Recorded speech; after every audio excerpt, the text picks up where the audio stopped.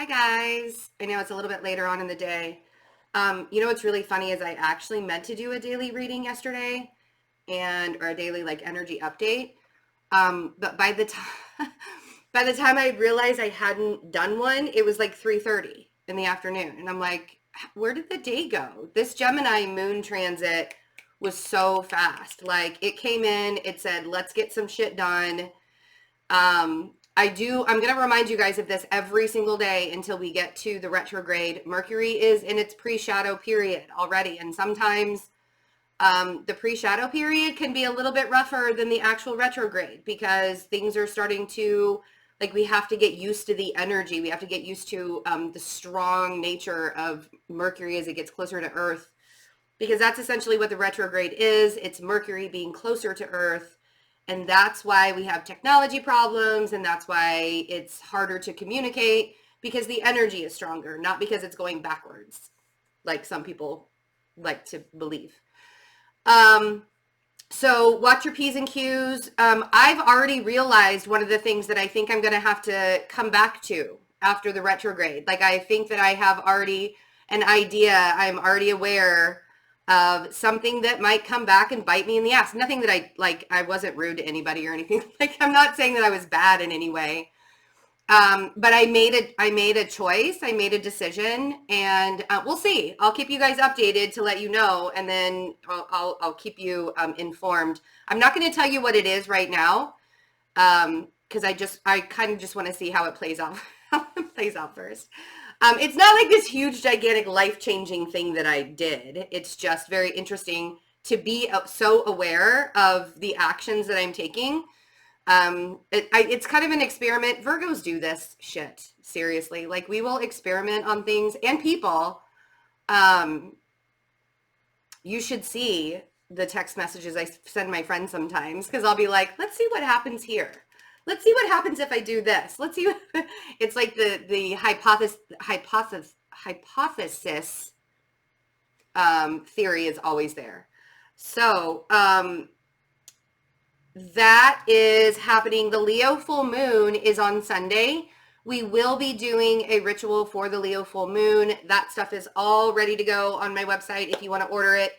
If you pre-ordered the workshop that we're having on February 22nd, you are already signed up and registered for the Leo full moon ritual. You don't need to do anything else. If you are a membership of the channel, if you're a member of the channel, if you have a membership to the channel, if you are an exclusive member to the channel, and you are on the Everything and More package on Patreon, you are also registered for the full moon ritual.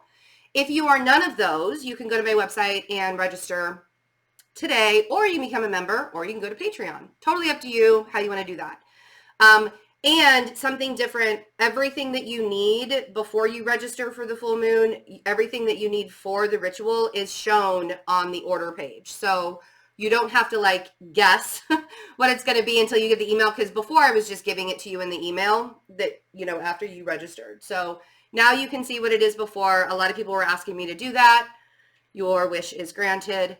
So, 30-minute readings. I have decided to release 20 discounted 30-minute live or recorded readings. They're discounted. They're only $60. So you can get a 30-minute live or recorded reading from me for only $60. These will be scheduled the last 2 weeks in February and the first week in March. So there are only 20 spots for the discounted price. After that, they will go back to the regular $75. So if you want to get your spot now, it's probably a good idea to do that. Once you order, Jesselyn will contact you to schedule your time spot or to find out if you want it to be recorded or live. So there's that. Let's talk about the energy. So the moon in Gemini is void right now. Void means obviously that the moon isn't going to be interacting with any other planets until it goes into its next sign, which is Cancer. Sometimes when the moon is void, I can always tell when the moon is void or it's about to go void, because I rush to get a whole lot of, like, my body just naturally, or my mind just sort of naturally is like, okay, we got to get some things done. Because when the moon is void, I am almost like not accessible. Like, I can't really think straight. So there are some like full days where I'm just sort of like staring off into space because the moon has gone void, because I'm so affected by the moon energy. So it's nice because it gives us a time to relax, but if we don't want to relax or we can't relax during that time, it can be really difficult. So if you sort of are finding yourself not being able to complete tasks, the moon will be moving into Cancer at about 1 o'clock this afternoon, Central Standard Time. So it's like 2 p.m. Eastern Time, whatever that is time zone for you. And it will feel, the energy will feel a little bit better, except it'll be moving into Cancer. So it's comforting. The last couple of days have felt good. Like after that January energy and everything that we had to go through to learn some lessons, to become aware of some things, like whatever it was that you had to deal with in January, the energy has been much lighter in the last couple of days. And like through the Taurus moon phase, the Gemini moon phase, everybody seems a little bit nicer. Everybody seems like we're sort of almost back to normal, right? So really take this time and opportunity to get yourself organized before Mercury goes retrograde. I have a feeling that it's just going to be really like just a confusing time. I don't think that anything like big or messy is going to happen, but I just think it's going to be a time where we have to review some things. Again, I don't know if I'm going to have a moment to be able to do a Mercury retrograde, like show you guys the charts of the retrograde and stuff like that. That's not really my focus this month. So if you want to find out exactly what's going on with the Mercury retrograde, go over to White Light Astrology. Cam does a really good job of explaining the whole retrograde. I'm going to leave it to those astrologers like the Leo King and White Light Astrology and Star Girl, like she does it as well. She does a good job as well. So whoever your favorite astrologer is, I know everybody's going to be like, but that's you. But I'm not going to do it. I'm not going to do that video.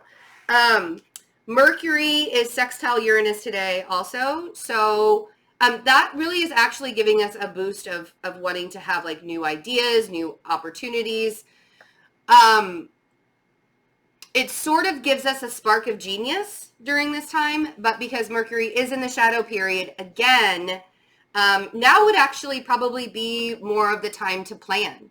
Like have those ideas and really allow yourself to start planning it, and you can start it now, but if you start something now, you may have to come back at the end of the retrograde and sort of reassess how you started it before. Like I'm not going to start any new projects right now. I'm going to complete some of them that I started in January, but that's why I like started the whole workshop, because a lot of people ask me, why are you doing a workshop during the retrograde? Well, I am not starting it in the retrograde. It actually started, several weeks ago, the planning of it. So there's a difference, right, of completing a project and actually starting one during the retrograde. So just be discerning. Allow yourself to be discerning. Be very, very aware of every single motion that you're doing right now. I don't want anybody to have any like accidents or disasters during this retrograde season.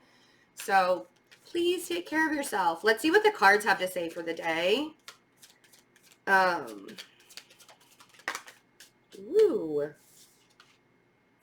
Yes. Okay. So I do feel judgment and justice. That's about right. It does feel like there's finally this balancing that's happening with the energy, with everything that we have brought to this place. It feels like there's finally a balancing that's happening. And judgment, whenever judgment shows up, I know for a lot of readers, they'll say that this is about karma. This is about things coming to light. It's like this, like you have to get things, like now is the time for you to start getting things done. Now it's time for you to start taking care of stuff.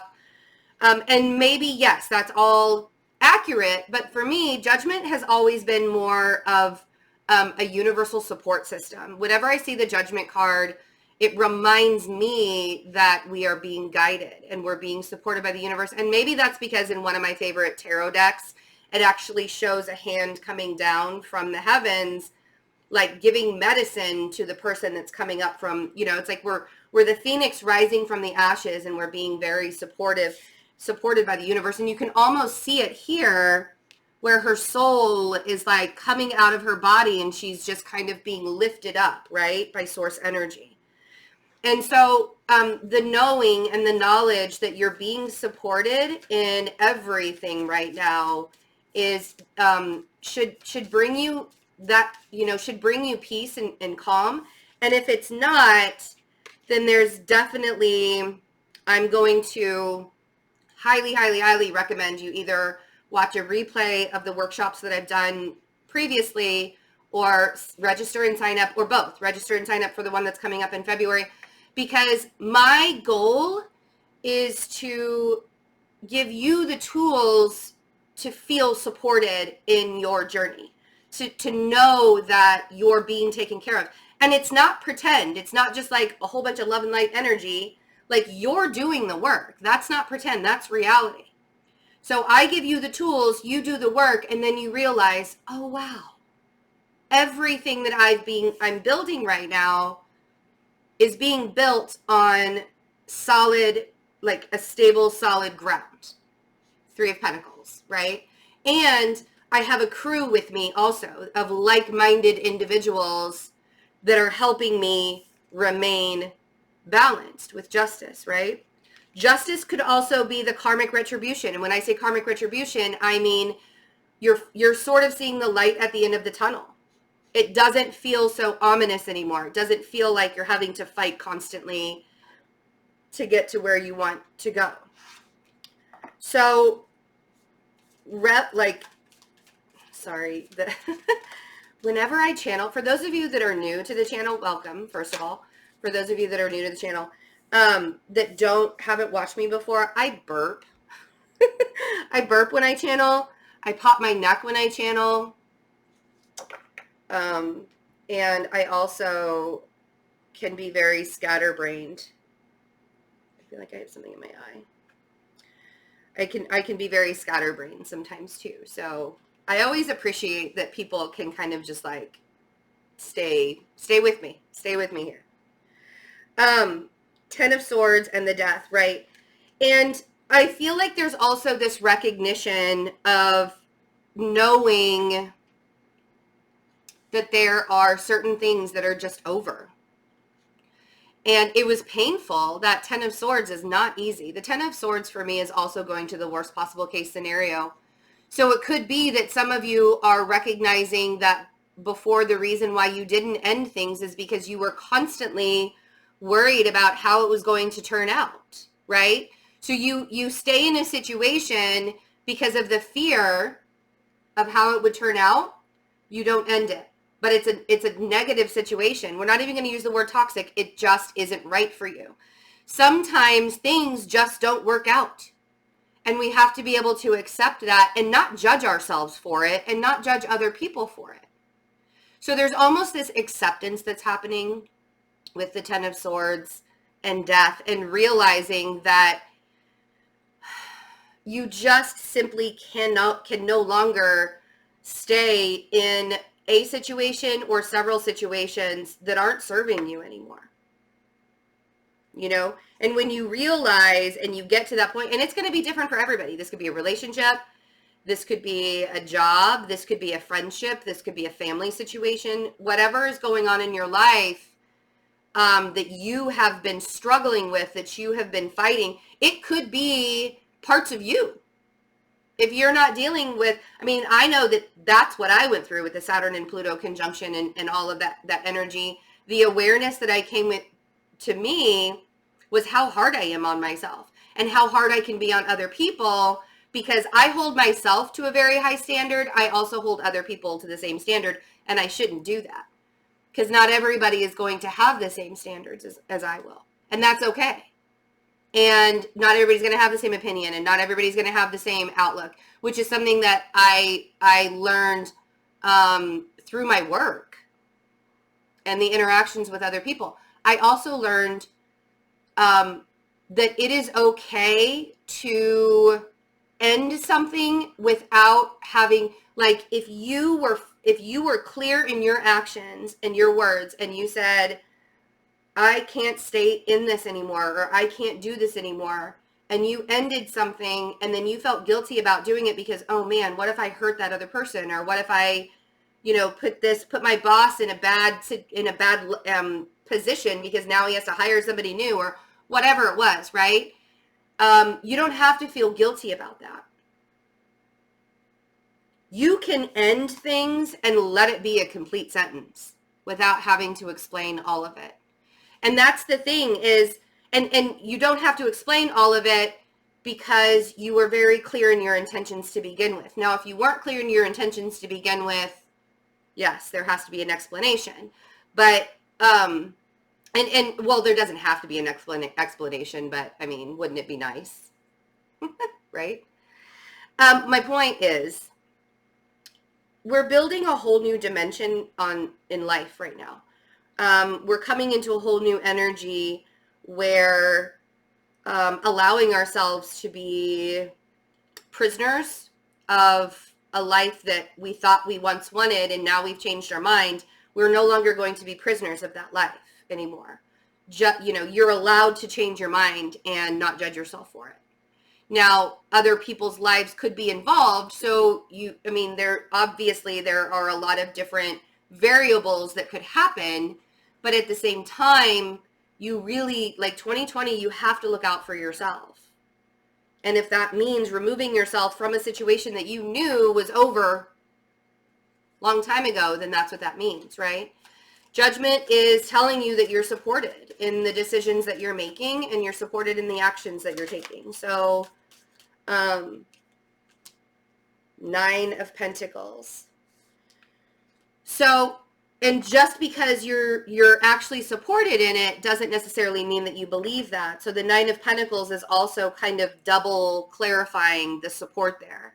You are creating your own abundance and independence with the support of source energy.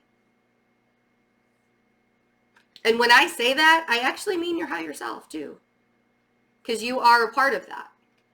You are a direct reflection of it. So let's see what justice is. The balancing. Yeah. And some things had to come crumbling down. Some things had to fall in order. Some things had to crumble in order for you to realize that it wasn't right, that the situation that you were in, it's like, so the feeling that I'm getting with this whole reading is, particularly, you have been in a situation for a very, very long time.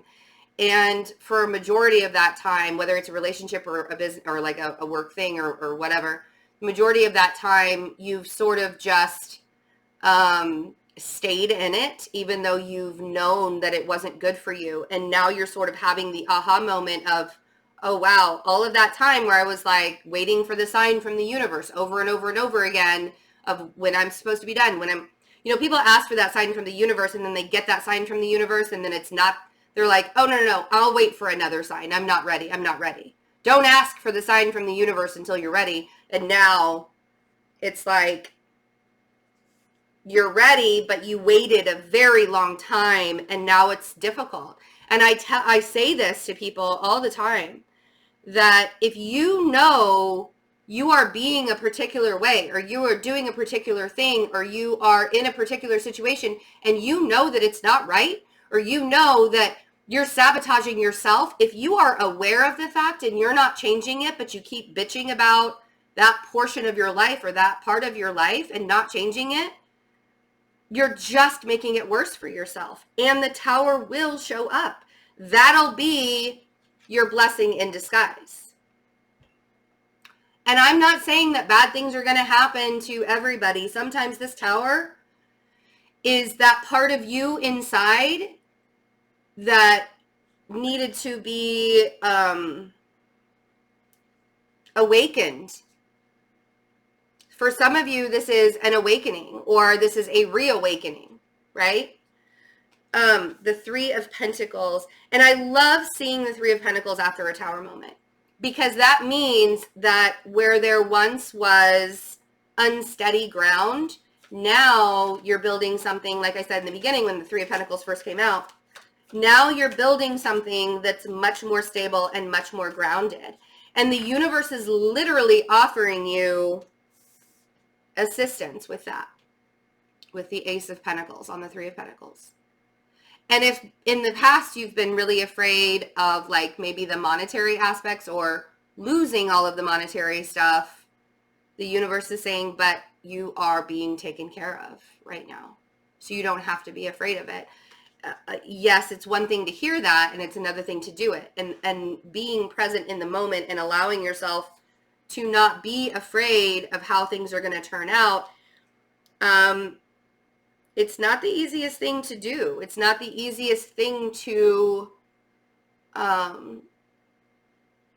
feel steady in the face of fear, right? But when we remind ourselves that that fear is probably based on something that doesn't even exist, like a future that you're creating in your mind that doesn't even exist yet, right? You are basing your fear on something that you can certainly manifest it if you would like to, but I doubt that you really want to. When I was younger, I could tell very early on when I was younger that I could manifest. I didn't realize that's what the word was, right? Manifest. But I would, like, certain situations that I would get really excited. And I was always before kind of a pessimist. Like, I was taught that when good things happen in your life, it's like you're very lucky if good things happen, because good things don't come to everybody, right? That's what I was taught, which is totally untrue. Everybody can be happy and joyous and have good things in their life if they choose to. But I was taught, I grew up in Gen X. We were, emo and grunge and horrible, horrible, like Seattle grunge people, right? Kids. But I realized that my thoughts were very, very powerful, because when something exciting was happening, or was supposed to happen or something like that, I would talk myself out of the joy. I would be like, don't imagine that it's going to turn out the way that you want it to. Don't put that energy into it, because if you put that energy into it, then you're going to be really, really guided and sad when it doesn't turn out the way that you wanted it to, right? That's what I would tell myself. My Virgo pessimism, there it is. And we all say that we're realists, but really it can be very pessimistic sometimes. And I would talk myself out of it, and then it would come to fruition that it wouldn't come out in my favor. And then when I started realizing, and then I would think to myself, I wonder if next time, if I thought more positively, what would happen? And every time I would think positive, it would turn out good. And every time I thought negative. And so I realized very early on in life that my thoughts actually navigated a lot of what my life was. And for a long time, I thought it was just a coincidence. Like when you're younger, you don't actually believe in magic, or, when you're told to believe one thing, you don't actually believe that you can create from your own mind. So now, and there's a very few amount of people that have watched me manifest things in my life. And I still get very shocked when I can do it, even though I know I can do it. And and the reason why I'm telling you that is because I don't want you to be in the Nine of Swords and the Four of Cups with the Ten of Swords. Because the more anxiety and the more fear, and when you ignore a situation that can bring a lot of anxiety and fear to you, when you ignore that situation, you can actually manifest things going badly. So instead of letting that happen in your life, I want you to see how supported you are. I want you to learn. I want you to be able to learn how to come into a peace of mind and a calmness so that you can manifest things into your life. And part of that is not judging yourself. And part of that is learning how to love yourself and other people without judgment, which is what the next workshop is about. And I'm going to talk about that more in a different reading. But if that's something that you feel like you need, you can register for it at any time. It happens on February 22nd. I made it that day. At first I didn't make it on purpose that day, and then I realized, oh wow, what an amazing balanced day to have a non-judgment, like a learning how to not judge yourself. Let's see what this death card is, because I feel like there is an ending that's happening here that is creating anxiety, but some people are ignoring the reason why it's creating anxiety is because the situation has been ignored for so long. And now it's finally like, oh, but you see, here is the pot of gold at the end of the rainbow. When we recognize and we actually let things fall away that are no longer serving us in our life, we can begin creating the 10 of Cups. This ending is bringing you joy and abundance and happiness. Now, that might not be the case right in the beginning of the ending, because we have to mourn. We have to grieve and mourn, whether it's a relationship, if it's a job that it feels like this was very personal. So if it was a job, if it was a friendship, whatever it is that you are having to mourn, you have to understand that on the other side of it, there's actually happiness. And with Temperance and Strength at the bottom of the deck, I have no doubt in my mind that you will bounce back. No doubt in my mind. Okay? But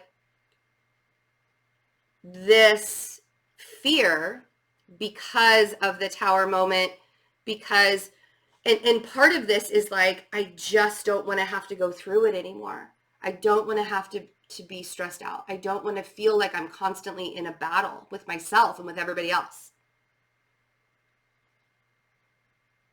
The surrendering will take the anxiety away.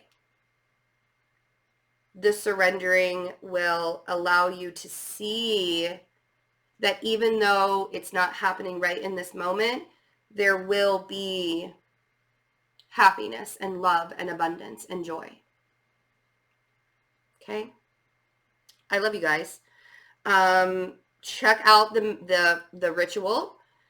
Get your reading in, the 30-minute reading that's available. You can have it live or recorded. And what else? I think that's it, you guys. Have a wonderful day. And I'll see you guys soon. Bye.